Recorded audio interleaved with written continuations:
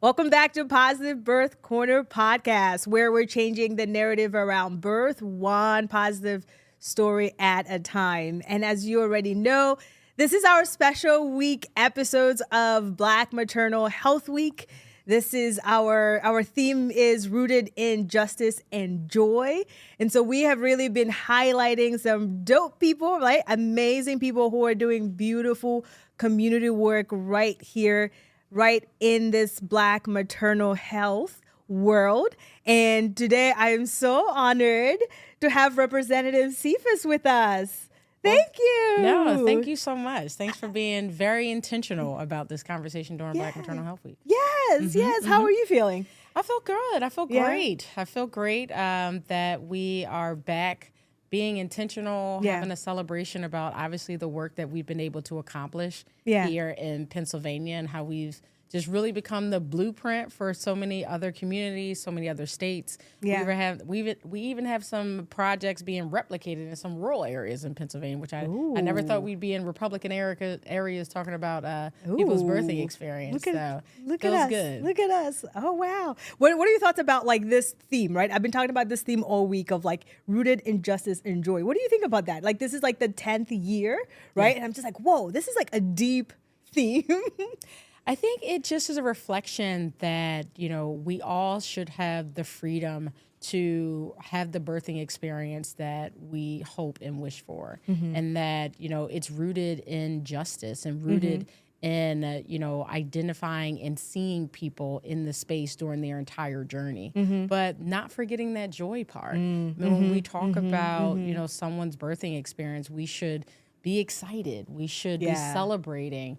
Not just during the gender reveals, but going in and going out. It should, never be a situation where, Black mamas and Black birthing folk have to think about the question of, when I go into this hospital, am I going to come out having a negative experience that could have, long-lasting, impacts and conditions to, a pregnant individual? Or am I going to come out alive? Though that doesn't speak to joy or justice. That should not be. No. That should not be the conversation when you are pregnant, right? When you are birthing. Yeah, and as we use this as an opportunity to celebrate and continue to uplift the conversation and the great work that we're doing, it also is a reminder how much far we have to go, particularly when we just recently had somebody pass away, a midwife down in North Carolina.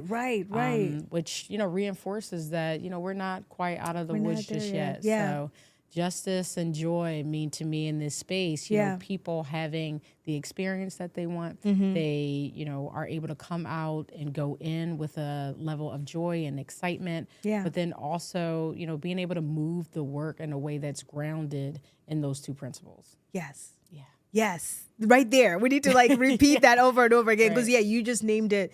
You just named it so well. You just named it so well. We're definitely been, we've been talking about, obviously it's Positive Birth Corner. So we've been talking about this, right? Like what are those things that are already happening? Who are people that are in our community? Who are people who are doing like really good work? And your name keeps coming up, right? I have seen you in different places, by the way. I'm like, oh, who's that? I love that. Because you are literally here. Like you are in, like on the ground, doing such beautiful work. And so we're just so grateful for you. We want to give you your flowers. Thank you for appreciate it. Listen, thank you for what you're doing. I get my marching orders from places like Oshun who tell me, like, yes, you're doing good work, but here are the statistics. I mean, just in a recent report that was produced here in Pennsylvania, we still had 107 birthing people pass away. So again, we're not out of the woods and we still have so much work to do. So I appreciate the flowers, but I recognize, we have a lot more seeds to sow before we turn the corner on this. This is true. This is true. And I'm really curious to hear kind of like your journey, like, like how do you become a representative, right?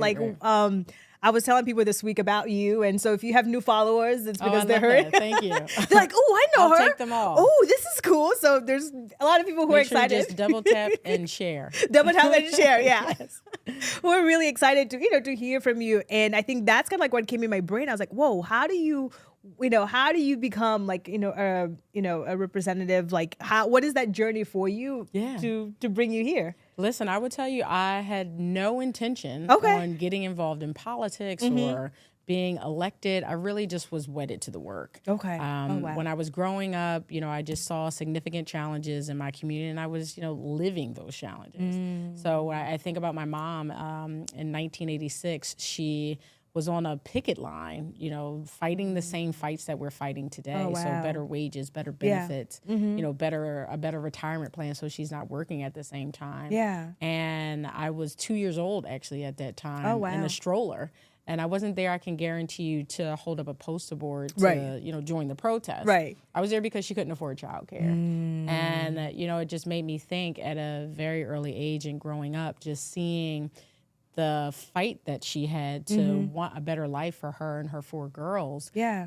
Just reinforced, the importance of getting up every day and fighting for the life that you want. That you want. And, that included me waking up every morning at 6 a.m. in order to access a quality education, a quality high school, and, having to travel an hour outside of my community in order to do that.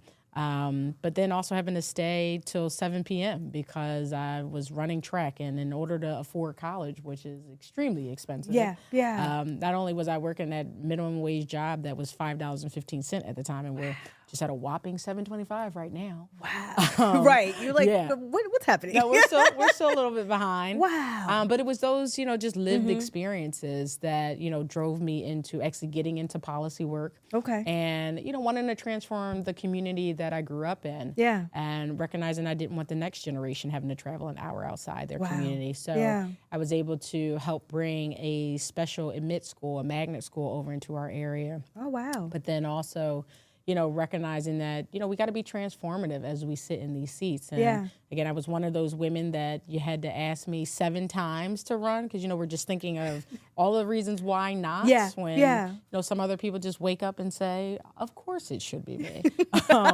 So I, did some work down at Councilman Curtis Jones Jr.'s office, 4th District Council person. And then I shifted over to the Philadelphia Youth Network, where it's a nonprofit that connects education and workforce development. And I realized, in that moment, we would put close to 10,000 young people in summer jobs each year. And, obviously it costs a significant amount of money. But there was this one young kid that actually went to Overbrook High School in my backyard. And he wanted a summer job, and we didn't have enough money to, put him into, a doctor's office or into a lawyer's office that he wanted to have that experience. So it was at that moment that was pivotal for me that we got to do better. Like government has to show up differently, particularly for our community and our challenges. And lo and behold, there was a race in 2016.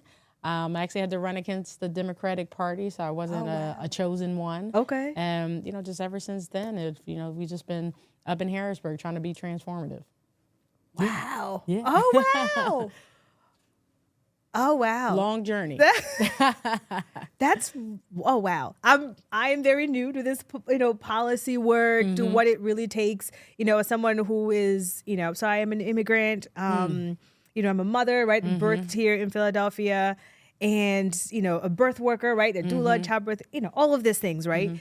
I recently, which is like low-key embarrassing because I've been doing this for 10 years. You're like, how is this recent to you? But recently really experienced what policy work, like how that really affects, like birthing folks. I'm sure you heard this, our local birthing center closed. Oh, yeah. Right? And when we started digging to be like, what do you mean it closed, right? This is like the only birthing center. Right. And then you find out that like policy work was part of that. Right.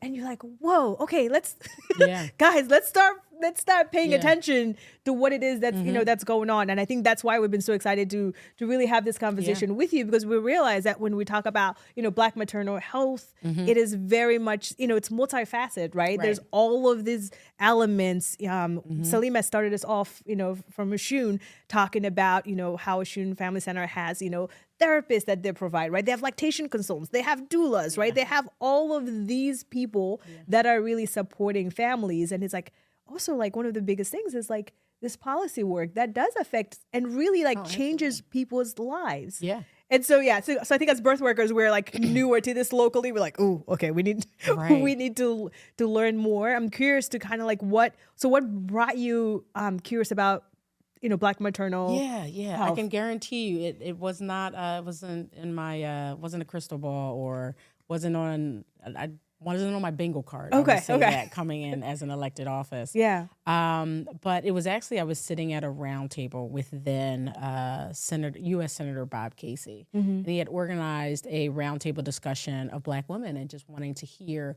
what was top of mind. So if you remember a couple of years back, Black women were just, screaming at the top of our lungs about a U.S. Supreme Court seat with, Yes, lovely, I vaguely remember that. I wasn't fully engaged. Now I'm like, I should have been engaged. No, and that's okay. It's okay. Well, we got her there, so that's all that matters. But it also was a conversation about how just Black women are the foundation and the cornerstone of the Democratic Party. But once, elected officials get into office, they don't necessarily center our priorities. Almost like they forget about us. Yeah, all the time. So he wanted to have a roundtable discussion about it. And during the conversation, it was myself. I won't name the other electeds were there because I'm only going to, out myself without not knowing. But someone asked, what are we doing here in Pennsylvania about Black maternal mortality? Yeah. And, the white guy from Scranton is obviously going to have a blank stare in our U.S. Senator. Yeah. But as, a Black woman, I had no clue what was happening in the space. Wow. And mind you had the Serena Williams expose that was out. Right. You had a series of Times Magazine articles being featured. And, I just said, well, let me dig more into the topic. Yeah. And then we had a young woman in my own legislative district pass away at a local hospital. And we were the same age. She was in better, workout condition than I'll ever be in. She was, had every degree you can imagine. Wow. But she still passed away. And, luckily she just recently got justice for her family. But it was that conversation mixed with, we were going into COVID. And my younger sister, who gave birth to our niece that's 5 turning 20. Yeah. That sounds about right. She was going in the hospital and, she was nervous about giving birth during COVID, as you can imagine. So many people that was many families. hard times. Oh, yeah. It was hard all around. But to have someone so close to you and your family and, being in the space and understanding, what the outcomes have been and, what the treatment is. And I actually had an opportunity to sit with her through some of her, doctor's appointments. I can tell you they hated seeing me coming. I was gonna say, were you like a doula? You're out here advocating. Like, I want you to know, this is my sister. And we're gonna ask the questions. Yeah. Oh, wow. Go through the checklist. I love it. But still, she had my mother, who, obviously gave birth, and she was a baby boomer, so she didn't quite know what a doula was. Even though I was actually born in a birthing center. Were you? Yes, and I was born by a midwife. She just recently told me this story. So I'm like, well, why didn't you tell me earlier? Why did you tell me earlier? That's really cool. Yeah, no, it was a really great, just great to learn that. Yeah. And, just with my sister's experience, they tried to make her have a C-section. Oh, wow. But because we connected her with a doula, the doula explained to her, like, your body naturally, is able to conceive and to give birth. So as a direct result, she didn't do the C-section, and she had the doula, but she obviously had to come out of pocket. So that, really, influenced me to do the Medicaid coverage for doula care and trying to get private insurance companies to provide for doulas. When she got out, she, had some, relatively rough experiences on the way out that I forced her to go back into the hospital and check and fight with the medical professionals and tell them that something's wrong. But it's been a combination of both. Like, it shouldn't take you having a state legislator as a sister to access the care for you to that get you the need. care you need. Yeah. Oh, wow. Yeah. So that's been my journey to birth work. To birth work. Oh, wow. So policy around the birth. Policy around. I don't want to call myself a birth worker. I will not. I am not a birth worker. No, but you played such a significant role, and that has definitely been, part of the work that you were doing, you're doing now here locally. Yes, I do what birth workers tell me to do. Yes. Thank you thank you for absolutely. listening to us, right? Oh, And yeah. being able to allow us to bring in that education, kind of what it is that is going on in this Yeah. birth world and what it is that we need. Like you talk about doula care, right? We talk about reimbursement, right? Yeah. There's all of these things. Like what does it look like to then care for the birth workers that are doing the work, right? Because the Yeah. birth workers are me. We're regular folks who have our own bills and kids, right? Like how do we do this sustainably to continue supporting? Now continue the supporting reimbursement piece we have not gotten right yet, but that is our the reimbursement piece. that is our hill we have to climb. We are working on it. So I work with some doulas, and we had everybody get certified and all of the things, and so we're still in that journey. I mean, and that's where honestly, we're in a. I feel like as much as it's a difficult moment as an elected official, just given all of the challenges that exist. I feel like this is one of the first times that we are actually putting the experts at the table before us, and you all dictating what the policy is. And I think we've not only seen the attention, not that you all haven't been doing the work for so long, but we're finally seeing the attention of it here in Pennsylvania to have our past two governors talk about Black maternal health and not shying away from the Black part. That part. Because we always like to, be inclusive. Yes, but, when you have Black women that are dying, are 3 times more likely to die, and the fact that they are acknowledging that and recognizing that they too need to make investments, push policy as much as possible, get those reimbursement rates, together. Let's get that money. Is as a direct result of you all's voices. And, I just want to say thank you for allowing us to, get equipped, but also, being advocates for you all at, tables of power that don't necessarily welcome us all the time. Right. Yeah. No, thank you. Oh. Having a moment. I need a minute. I mean, so we have had, we have a Positive Birth Corner. We have definitely pregnant folks that are listening. We have college kids now, which is I think it's hilarious, but also really cool that are interested in listening, right, to kind of what is happening in the birth world. We have birth workers. And, when we talk about policy, what are some of those things that you think are important for the pregnant mama, to know the importance of it, or is there a role? There's a lot of questions. I'm sorry. Let me let me start there. What is almost the importance of policy and how it does affect the mama who's expecting?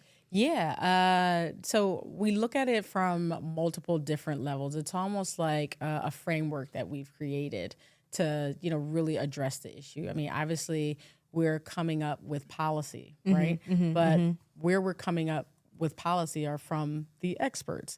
And as we move forward with the policy that, you all recommend, we also want to understand what is the impact of what we did. And I think that is the role of, birthing folks that, have had recent experiences. So when, we talk about Medicaid coverage for doulas, is that enough? Or, do we have a good pool of doulas, or is there a good pool of doulas, or did we just create another barrier? Because doulas have to be certified in order to access the Medicaid reimbursements. But also to your point, is the Medicaid reimbursement enough? So, when it comes to birthing folks, that is the role I, see them playing is, you all are being impacted in real time with the policies that we're recommending. Is it working? So not even just with the doula piece, but I worked on a project, Universal Basic Income, the Philly Joy Bank here in the city of Philadelphia. You were part of that. Oh gosh, it's my pride and joy. Oh my God, that is such an amazing program. Yeah. I mean, I'm not gonna say I played a significant role, but they had a funding gap. And, as a direct result of some conversations that I had with the University of Penn, we created a maternal health innovation fund that was, I think, roughly around $5 million, where, people on the ground, organizations on the ground were coming up with, ideas to tackle this issue. And, I thought we should fund it to see what works, what's not working, what should we bring to scale, what is the best practice.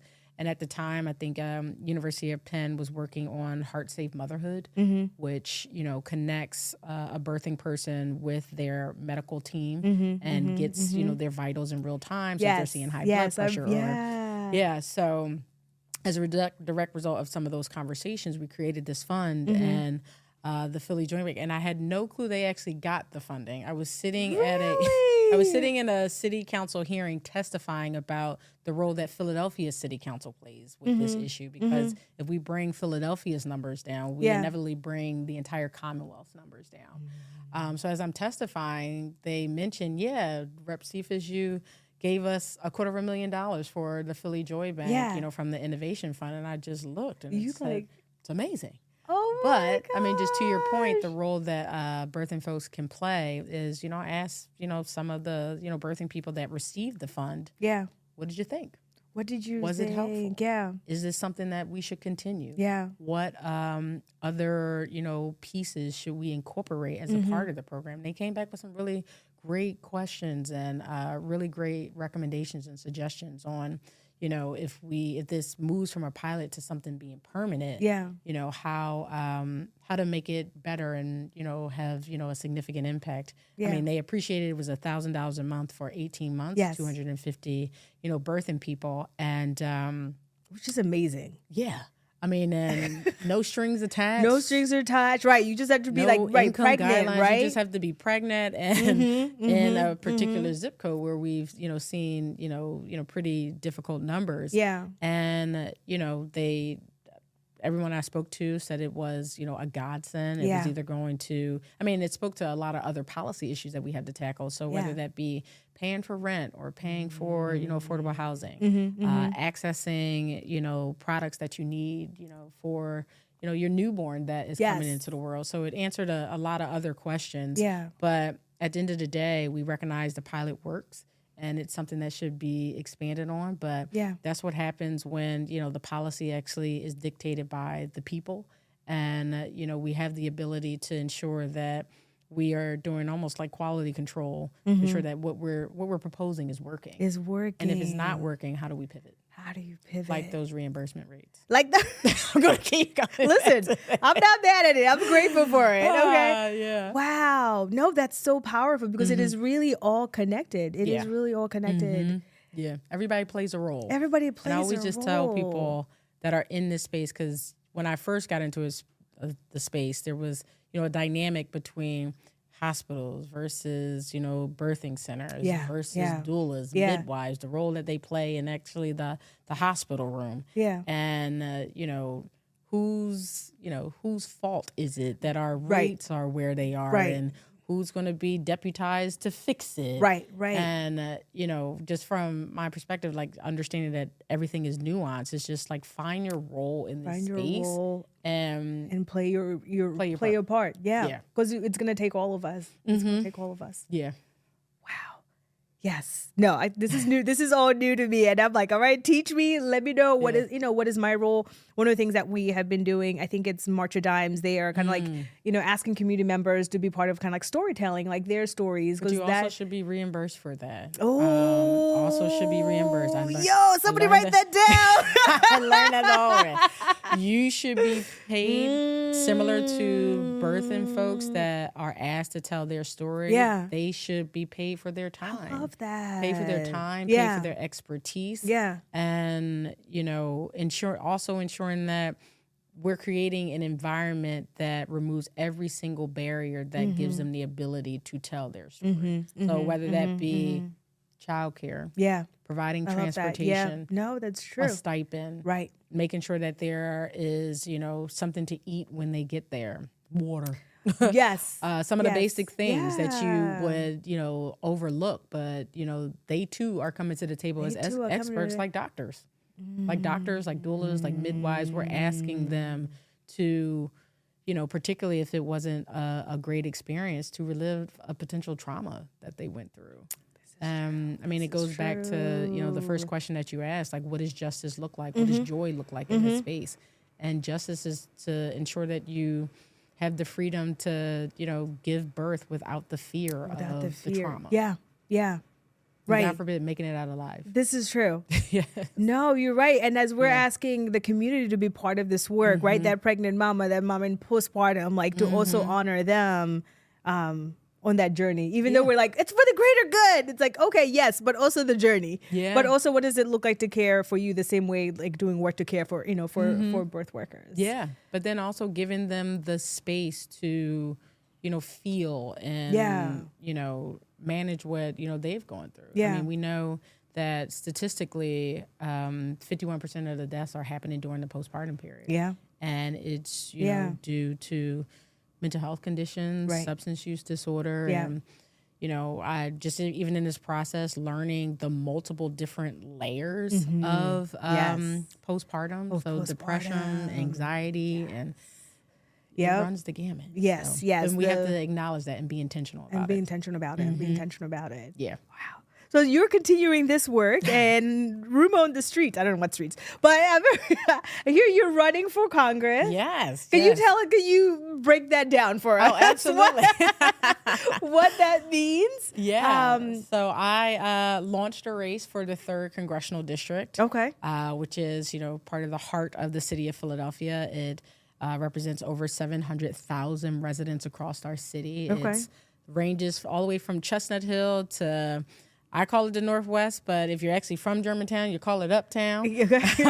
All the way down to West Philly, portions of South Philly, North Philly, and Center City. So we have actively been on the trail since September. Okay. So I've been running, for quite some time. Yeah. Our election is May 19th. Oh, wow. Okay. And so we're really excited. It's an exciting time as stressful as it can be. Yeah. I tell people, listen, it was stressful going up to Harrisburg, but I understood what was at stake for so many of our communities. If we don't, fight for our seat at the table and demand an agenda that's a reflection of, what we are going through on a day to day. Yeah. And, being able to be a part of a team that took back a chamber with our humble majority of one, but it is a majority nonetheless that has really delivered for Philadelphia. I mean, has delivered for me in the Black maternal health space. Yeah. I mean, there had never been an intentional conversation like the one that we're having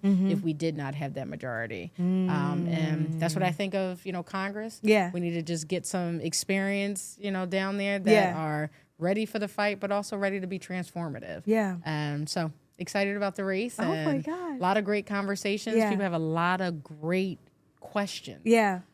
Philadelphia is just, I feel like, coming alive in this moment as to, just our power and not just shaping our city, but shaping the Commonwealth and shaping our country. I'm a firm believer that Philadelphia will be able to change this country. And you feel that in the energy. You do. I mean, for this week, for Black Maternal Health Week, we are doing advocacy work right downtown, and also going to Harrisburg because we're really we're learning more and more of that, right? Like why, like how you saying it's going to take us. Oh yeah. And I think that not the politicians, but the people. But the people, yes. No, it's so true. And what's happening politically, right? Like it's just been like so heavy, right? And we all see it. I think I don't know if we had this before, but I think we're able to see it so much more, and we're seeing how it's affecting us. Yeah. So we're pissed, right? Like first, and we're like, what do I need to do? Yeah. It's like, don't vote. Do what Barack said. Right, there you go. But no, in this moment, people absolutely have the power, and you get the democracy that you fight for. And right now, this is our fight. And, I firmly believe, as we celebrate, Black Maternal Health Week, think about all the work that we've done in this space with just so many, organizations fighting this fight before I even got elected office. I was beyond excited. I'm thinking like I'm going into this thing alone, but then I'm peeling back layers. I'm like, oh my God, there's so many organizations that have been doing this work. Just, help us uplift and, what we need to do. But, I think, in this moment, not only are we celebrating the progress this week, but we're also acknowledging the setback that we're going through in this country. Yes. When I talk about us being able to extend Medicaid up to a year postpartum, where it literally covered over 20,000 families. Right. I mean, that wasn't my work directly. It was the advocates on the ground screaming at elected officials as to what we need to do. So when the opportunity presented itself, we didn't need a study, we didn't need a round table, we didn't need to produce a report. Our governor at that time, Tom Wolf, immediately went into action. Was like, yes. Yes. But, understanding that was only for 5 years, and now that is potentially up we're in jeopardy right Yeah. now. Yeah. When we talk about Medicaid extension, when we talk about the affordability of our, Philadelphia and Pennsylvania. I mean, I know this is not political, but I'm just going to state the fact. I'm listening. Tell us. When you have 47 talk about wanting to provide baby bonuses of like, I think $1,500, I'm like, that takes care of like maybe a month of childcare. Literally. And do you know how much childcare costs? Yeah, it's just like, no, we need to actually be making, people's lives better, particularly in this space. So when we talk about, and this is what makes, the federal, this is what makes Congress important. When we take back the majority, we have to, set and move bold ideas like universal childcare, Medicaid for all, like literally paid family leave, increasing the minimum wage, so we're not here fighting for $7.25. I'm like, can that even get us a gallon of milk today? No, so ma'am. I say that to say, that is why the 3rd congressional district is so important right now, because every step that we take forward here in the Commonwealth of Pennsylvania of trying to protect birthing folks and trying to protect families on the ground. Washington D.C. is forcing us to take 10 steps back. And again, you get the democracy that you fight for. And right now it's a fight. But that's okay. Right now, because we're coming from a history, a legacy of fighters. It's just our generation's time. Yeah. Part.